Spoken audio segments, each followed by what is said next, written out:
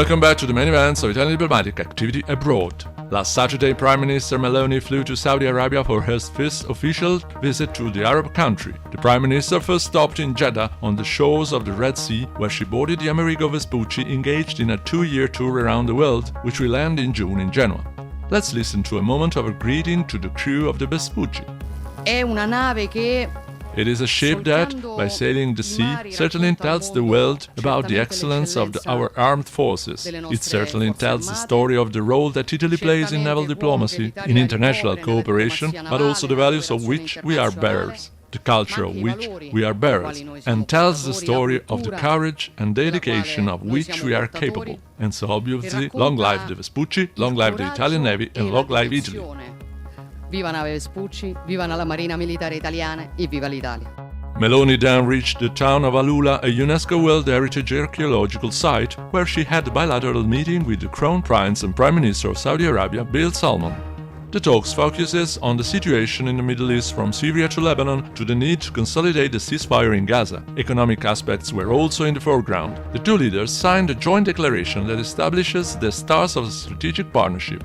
In the high-level Italy-Saudi Arabia roundtable that followed the meeting, Meloni explained that the overall value of the agreements reached during her visit is around $10 billion.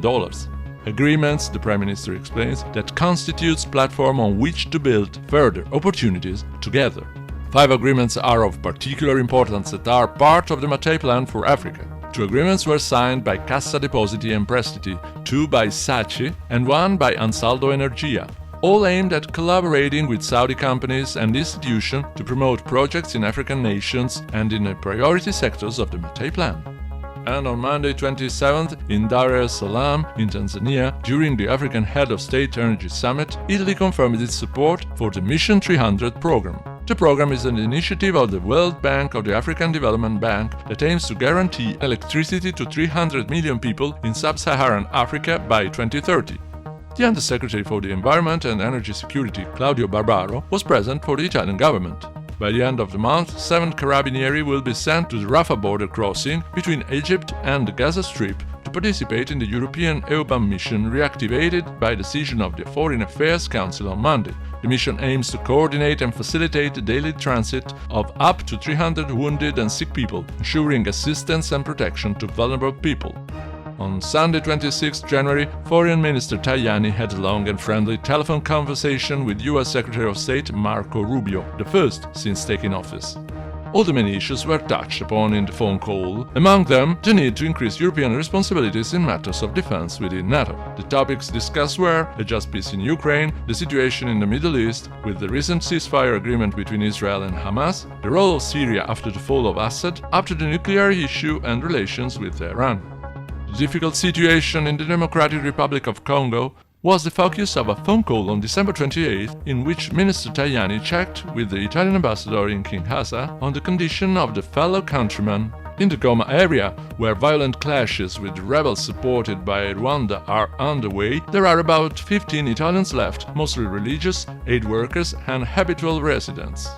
Mission to Belgrade on January 31st for Minister Tajani, who is busy at the Italy-Serbia Business Forum. Over 400 Italian and Serbian companies participated in the event as part of the Italian strategy of growth diplomacy. As part of the mission, Tajani also met with President Vučić and Serbian Foreign Minister Đurić.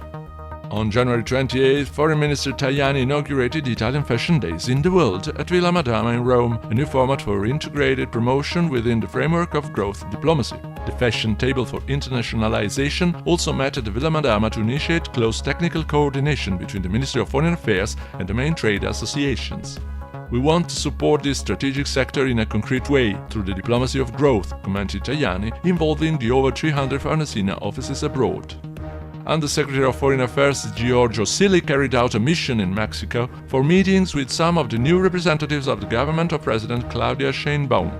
25 years later, after the inauguration of its current headquarters, the Italian embassy in Washington celebrated the creators of the Palace on the Potomac during an event dedicated to Piero Sartogo and the importance of the role of Italian architecture in the United States. The Italian ambassadors to the United States, Mariangela Zappia, underlined how the embassy's headquarters, combining tradition and innovation, best represents the identity and values of Italy, strongly rooted in its history but always projected towards the future. On January 30th, the Italian embassy in Prague hosted in its offices representative holds the New Year opening reception 2025 of the Italian-Czech Chamber of Commerce and Industry. The reception was opened by greetings from the ambassador Mauro Marsili, followed by a speech by CAMEC president Danilo Manghi. And that's all for now. Thanks for your attention and stay tuned.